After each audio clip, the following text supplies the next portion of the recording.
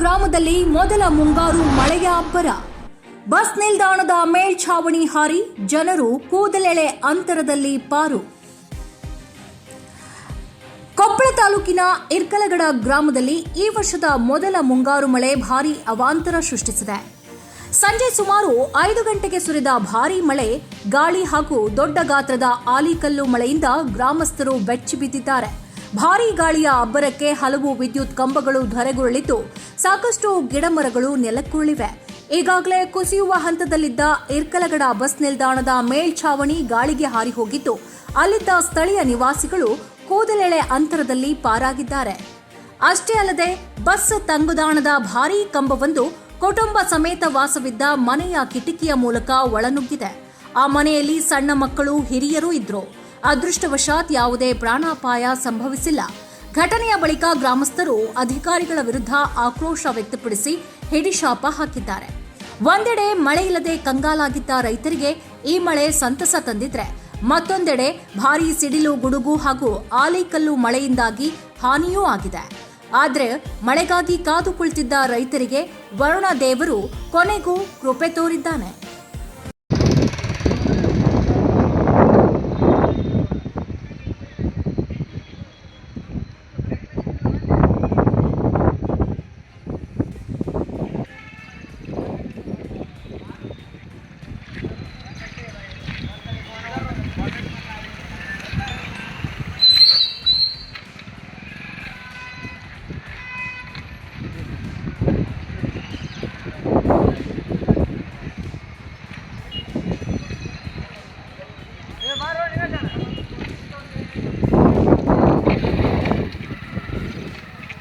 ಹೇಳ್ರಿ ಯಜಮಾನ್ರ, ತಮ್ಮ ಹೆಸರು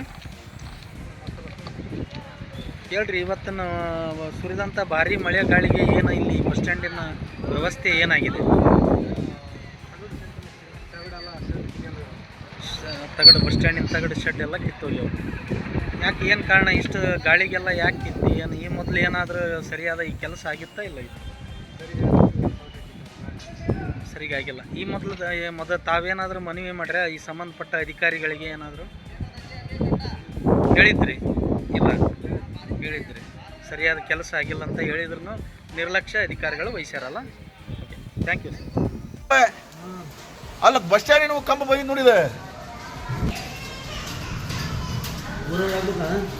ಓ, ನಾವು ಮತ್ತೆ ಓನರ್ ಹಾಕ್ಬೇಕಣ್ಣ. ಮಳೆ ಗಾಳಿ ಮತ್ತೆ ಪಾಪ ನೀವು ಮೈ ಮಾತಾಡ್ತೀರ.